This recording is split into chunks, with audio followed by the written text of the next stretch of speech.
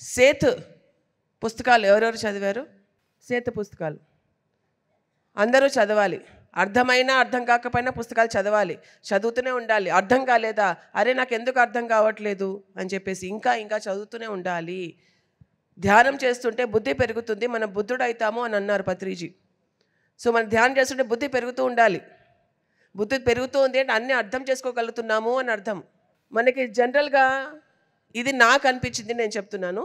So జనరల్గా మనం ఏం చేస్తామంటే మనకి ఏదైనా అర్థం కాలేదనుకోండి, లేకపోతే మనకి ఎవరైనా అర్థం కాలేదనుకోండి, అది తప్పు, వీళ్ళు తప్పు అనుకుంటాం.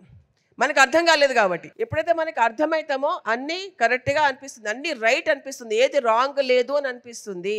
సో ఎప్పుడైతే మనకి అర్థం కాదో అది రాంగ్. మనకు అర్థం కాలేదు కాబట్టి మనకు రాంగ్ అని అనుకుంటాము, అనుకోము.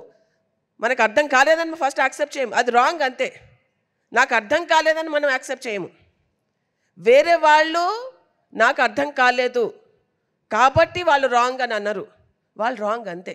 ఏదైనా విషయం, ఏదైనా పుస్తకం నాకు అర్థం కాలేదు అని అన్నారు, అది రాంగ్ పుస్తకం అంటారు. సో బేసిక్ ఏంటంటే ఏదైనా అర్థం కాకపోతే అది రాంగ్ అంటాం. అది మనకు అర్థం కాలేదు అన్న విషయం మనకోసారి మనం గ్రహించుకోవాలి మై డియర్ ఫ్రెండ్స్. ఒక మనిషి మనకు అర్థం కాకపోతే వాళ్ళు రాంగ్ కాదు, అందరూ రైటే, నేను రైటే, మీరు రైటే, మనందరం రైటే. చూసే దృష్టికోణం బట్టి, మనం అర్థం చేసుకునే తత్వం బట్టి, ధ్యానం చేస్తుంటే మనం అర్థం చేసుకునే తత్వం పెరుగుతూ ఉంటుంది. ఎందుకంటే మనల్ని మనం అర్థం చేసుకుంటాం కాబట్టి. ఎప్పుడైతే మనల్ని మనం అర్థం చేసుకోవడం మొదలు పెడతామో అందరినీ అర్థం చేసుకోవడం మొదలు పెడతాము, అన్నిటినీ అర్థం చేసుకోవడం మొదలు పెడతాము. ఆ అర్థం చేసుకోవడం ఏంటంటే ఎవరు తప్పు కాదు, ఏది రాంగ్ కాదు, అన్నీ రైటే, అంతా రైటే. అదే సేతు విజ్ఞానం చెప్తుంది, you create your own reality అని. అంటే నీ వాస్తవానికి నువ్వే సృష్టికర్తవు. మా అత్తగారు నన్ను ఇలా తిట్టారు, మా ఆయన వల్ల నా జీవితం నాశనం అయిపోయింది, నా పిల్లలు ఇలా చేశారు, ఎవరి వల్ల ఏమీ కాదమ్మా, మీ కర్మ వల్లే మీ జీవితం ఇలా అయ్యింది, మీ కష్టాలు మీకు మీరు కొని తెచ్చుకున్నవే. ఎవరిని దూషించడానికి లేదు, ఎవరిని ద్వేషించడానికి లేదు, ఎవరి మీద ఆ నింద వేయడానికి లేనే లేదు, ససేమిరా లేదు. మన జీవితంకి మనమే బాధ్యులము. మన ఆ ఓనర్షిప్ అనేది మనం తీసుకోవాలి. మనకి ఏ కష్టాలు వచ్చినా ఏమొచ్చినా అది మనకి మనం సృష్టించుకున్న వాళ్ళమే. ఇక్కడ వేరే వాళ్ళంటూ లేరు. మనం అనుకుంటాం వేరే వాళ్ళకి హెల్ప్ చేస్తున్నామని, మనం వేరే వాళ్ళకి హెల్ప్ చేయట్లే, మనకి మనమే హెల్ప్ చేసుకుంటున్నాము. వేరే వాళ్ళకి హాని చేయట్లే, వేరే వాళ్ళని కొడుతున్నాము, తిడుతున్నాం, వేరే వాళ్ళని హాని చేస్తున్నాము అనుకుంటున్నాం.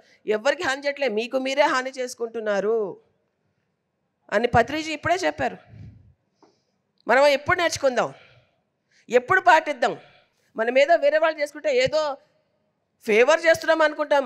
ఆహా వాళ్ళు కూడా నేను ఎంత హెల్ప్ చేశాను అని అంటున్నారు.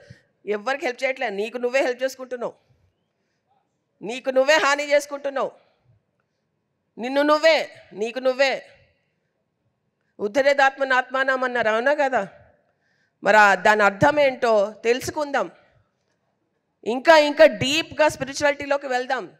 పైన తెలుసుకుంటే కాదు, ఇంకా డీప్లో వెళ్ళాలి, సముద్రం లోతుల్లోకి వెళ్ళాలి. ఆధ్యాత్మిక సముద్రం లోతుల్లోకి వెళ్తేనే తెలుస్తుంది ఆధ్యాత్మికత అంటే ఏంటో. ఇంకోటి రిచర్డ్ బాక్ గారి కొటేషన్ అని చెప్పారు. రిచర్డ్ బాక్ ఏమన్నారంటే, ఎప్పుడు దాకైతే నువ్వు అన్యాయం జరుగుతోంది, ఇక్కడ అన్యాయం ఉంది, నాతో అన్యాయమైంది, అన్యాయం అనే కాన్సెప్ట్ని నమ్ముతుంటావో అప్పటిదాకా నువ్వు మూఢత్వంలోనే ఉన్నట్టు, మూఢత్వంలోనే జీవిస్తున్నట్టు. ఇగ్నోరెన్స్ అంటే మూఢత్వం. అక్కడ అన్యాయం జరిగింది, ఇక్కడ అన్యాయం జరిగింది, నాతో అన్యాయం జరిగింది, వీళ్ళతో అన్యాయం జరిగింది, అన్యాయం అక్కడ అసలు ఎక్కడ లేనే లేదు. దెర్ ఈస్ నో అన్యాయం, there is no injustice in this world anywhere. మనం ఏది ఇస్తే అదే తిరిగి వస్తుంది. మనకు నచ్చకపోతే అది అన్యాయం, మనకు నచ్చితే న్యాయం. మనకి బాధనిస్తే అది అన్యాయం, మనకి సంతోషం ఇస్తే న్యాయం. ఎలాగా? హౌ? సో ఏది కూడా మనం ఇస్తేనే మనకు అది తిరిగి వస్తున్నప్పుడు, ఇచ్చేటప్పుడు లేని బాధ తీసుకునేటప్పుడు ఎందుకు? ఇచ్చేటప్పుడు లేని బాధ తీసుకునేటప్పుడు ఎందుకు?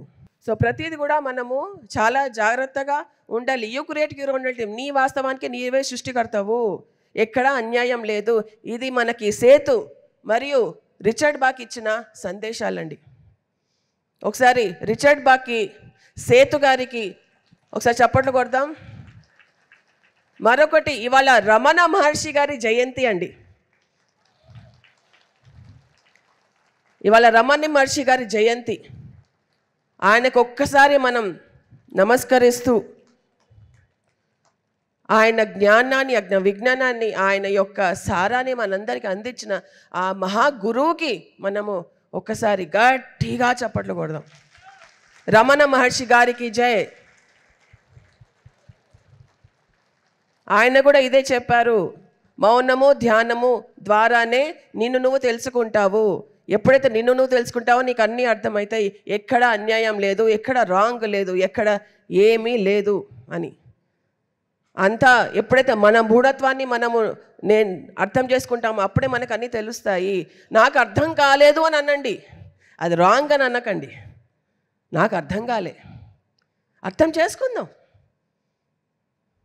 చేసుకుందాం. అదే మనకి పత్రిజీ నేర్పించారు.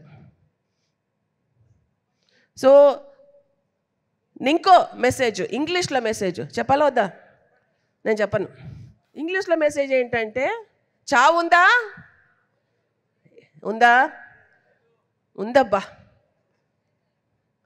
లేనే లేదు, చావు లేనే లేదు. సో ఎప్పుడైతే మనకి చావు ఉంది అని అనుకుంటామో అప్పుడు దుఃఖాలు వస్తాయి. మనకి ధ్యానం చేసినప్పుడంతా కష్టాలు ఉంటాయి కానీ దుఃఖాలు పోతాయి. కష్టాలు ఉంటాయి కానీ దుఃఖాలు పోతాయి. ఏంటిది? వాస్తవాలు చెప్పాలా వద్దా? అన్నీ వెళ్ళిపోతాయి, అన్నీ అంతా బాగుంటుందని చెప్పాలా? మనకి ఛాలెంజెస్ వస్తాయి, ప్రాబ్లమ్స్ వస్తాయి, కానీ దుఃఖాలు ఉండవు. అయ్యో నాకు బాధలు వచ్చాయి, నాకు కష్టాలు వచ్చాయని ఏడవము. దాని ఒక ఛాలెంజ్ లాగా, ఒక సవాలుగా తీసుకుని మన ధ్యాన శక్తితోటి దాన్ని ఓవర్కమ్ చేసేలాగా మనల్ని మనం స్ట్రాంగ్గా తయారు చేసుకుంటాం. గురుజీ మనకి inspirations. All gurus are our inspirations. ఆయన వాళ్ళ టీచింగ్సే మనకి ఇన్స్పిరేషన్స్. ఆ టీచింగ్స్ పట్టుకుందాము. పత్రిజీ అన్నారు, నా పాదాలను పట్టుకోకండి, నా పదాలను పట్టుకోండి అని. సో మనము ఆయన ఎవరైతే బుక్స్ చదివి నేర్చుకున్నారో మనం కూడా ఆ పుస్తకాలు చదువుదాం మై డియర్ మాస్టర్స్. ఆయన పుస్తకాలు చదవడం వల్లే కదా మనకి ఈ జ్ఞానం తెలిసింది. రిచర్డ్ బాక్ పుస్తకము, సేతు పుస్తకాలు, రమణ మహర్షి గారి పుస్తకాలు చదువుదాం. అలాగే ఇవాళ నా మెసేజ్, నేను చెప్పాలనుకున్నది చెప్తున్నాను. చెప్పాలా? మనము ఎప్పుడు కూడా ముగ్గురిని నమ్మాలి. ఎవరెవరు? ముగ్గురిని నమ్మాలి. 100% కాదు, 1000% నమ్మాలి. ఫస్ట్ ఏంటంటే, ఫస్ట్ మనల్ని మనం నమ్మాలి. మనల్ని మనం ఎప్పుడు నమ్మగలమో, మనతో మనం ఎప్పుడైతే నిజాయితీగా ఉంటామో అప్పుడే మనం నమ్మగలము. మనతో మనం నిజాయితీగా ఉండాలి, మనతో మనం క్లియర్ వాటర్గా ఉండాలి, నిజాయితీగా ఉండాలి, ప్యూర్గా ఉండాలి. మనకి మనం తెలిస్తేనే మనం నమ్మగలము. ఇక్కడ ఏవి మనకి కాలుష్యాలు ఉండకూడదు. మనకి మనం తెలిస్తేనే, మనం నిజాయితీగా కనీసం మనతో మనం నిజాయితీగా ఉన్నప్పుడే మనం నమ్మగలం my dear friends. So first ఎవరిని నమ్మాలి? మనల్ని మనం నమ్మాలి. 2, గురువుని నమ్మాలి. 1000% గురువుని నమ్మాలి. 2000%, 10,000% గురువుని నమ్మాలి. ఎస్ మాధవి? గురువుని నమ్మాలి. ఇప్పుడే అన్నాను, పత్రిజీ ఏం చెప్పారు? నా పాదాలని కాదయ్యా, నా పదాలను పట్టుకోండి అయ్యా అన్నారు. సో గురువుని 100% కాదు, 1000% మంచిగా నమ్మాలి. ఎప్పుడైతే ఎవరైనా గురువుగా మనం స్వీకరిస్తామో 100% నమ్మకం, 10,000% నమ్మకం, ఇంత కూడా డౌట్, సంకోచం ఏమి ఉండకూడదు. మొత్తం నమ్మేయాలి. ఎప్పుడైతే మన మీద మనకి నమ్మకం పెరుగుతుందో, మెల్లిగా మనం ఎవరినైతే గురువుగా స్వీకరిస్తామో వాళ్ళని మనం 100% నమ్ముతాము. నమ్మినప్పుడు చాలా అద్భుతాలు జరుగుతాయి. మీ జీవితంలో చాలా అద్భుతాలు జరుగుతాయి, ఎంతో హీలింగ్లు జరుగుతాయి, ఎంతో చక్కగా మీ జీవితం అభివృద్ధి చెందుతుంది. మూడోది ఎవరు? విశ్వాన్ని నమ్మాలి. మనం విశ్వాన్ని నమ్మాలి.